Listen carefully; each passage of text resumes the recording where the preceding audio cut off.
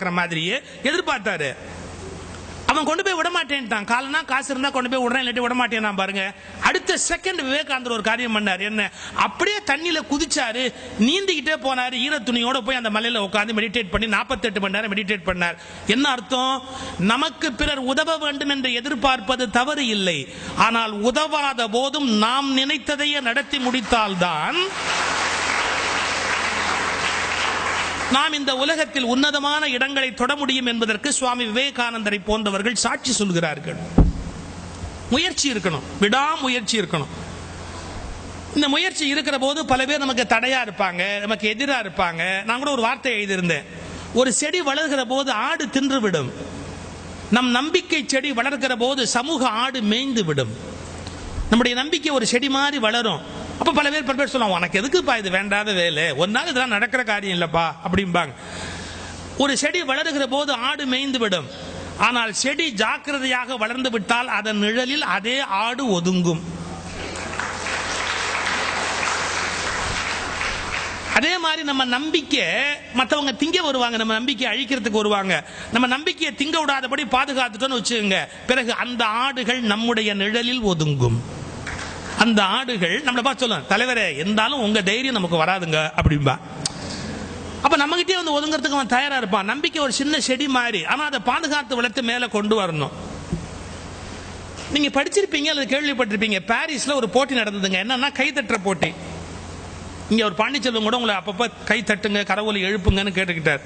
உங்களுக்கு ஒரு சீக்கிரட் தெரியல, நிறைய கை தட்டுனா பிபி வராது, சக்கரை கரெக்டா இருக்கும்.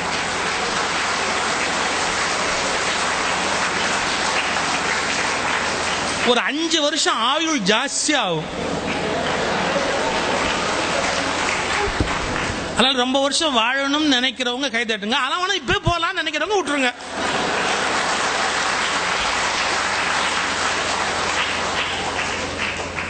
பாரிஸ்ல ஒரு போட்டி வச்சா என்னன்னா கை தட்டணும், தொடர்ந்து கை தட்டுறவங்க யாருன்னு கண்டுபிடிச்சு அவங்களை தேர்ந்தெடுத்து பரிசு கொடுக்கறதுக்காக ஒரு ஏசி அரங்கத்தில் வச்சு ஒரு போட்டி வச்சா.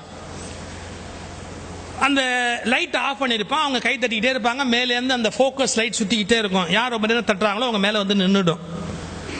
அவங்கவுங்க ஒரு எல்லைக்கு அப்புறம் முடியல, 5 மணி நேரம் தொடர்ந்து கரவொலி கேட்ட இடத்துல வந்து அந்த லைட் நின்று போச்சு. அப்படியே 5 மணி நேரமா அந்த லைட் அங்கேயே அந்த இடத்துக்கு வந்து நின்னதுக்கு அப்புறமா அவங்கள எந்திரிச்சு வர சொல்லி சொல்றான், வாங்க உங்களுக்கு நான் பரிசு காத்து இருக்கிறது அப்படின்னு.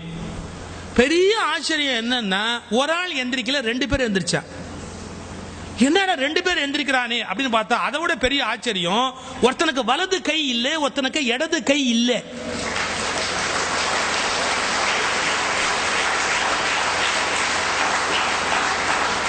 நீங்க முதல் விஷயம் யோசிக்கணும், கைதட்டுகிற போட்டியில் கை ஒன்று இல்லாதவன் கலந்து கொள்வேன் என்று தீர்மானிப்பதே வெற்றி பெற்றதை விட மேலானது.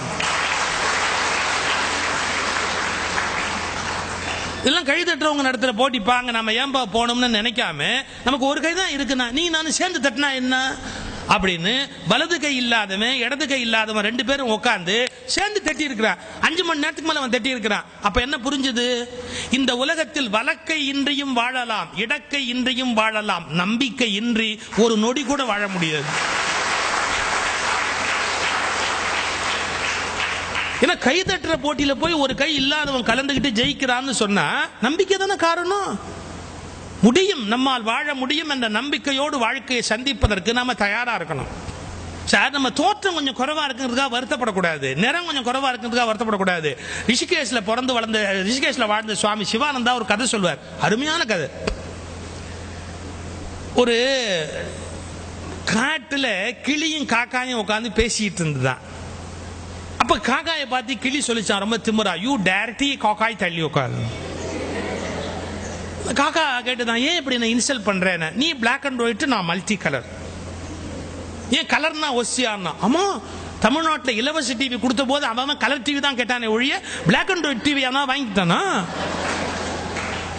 அதனால கலருக்கு தான் மரியாதை ஜாஸ்தி, பிளாக் அண்ட் ஒயிட்னா மரியாதை இல்லை அப்படின்னு காக்காயை சொன்னா. காக்கா சொல்லிச்சு, என்னமோ தெரியலப்பா, என்ன கடவுள் படைக்கும் போது கரண்ட் கட்டா போச்சோ என்னமோ, நான் கருப்பா போயிட்டேன், அது ஒரு பெரிய விஷயமா அப்படி பேசிக்கிட்டு இருக்குது காக்காயும் கிளியும்.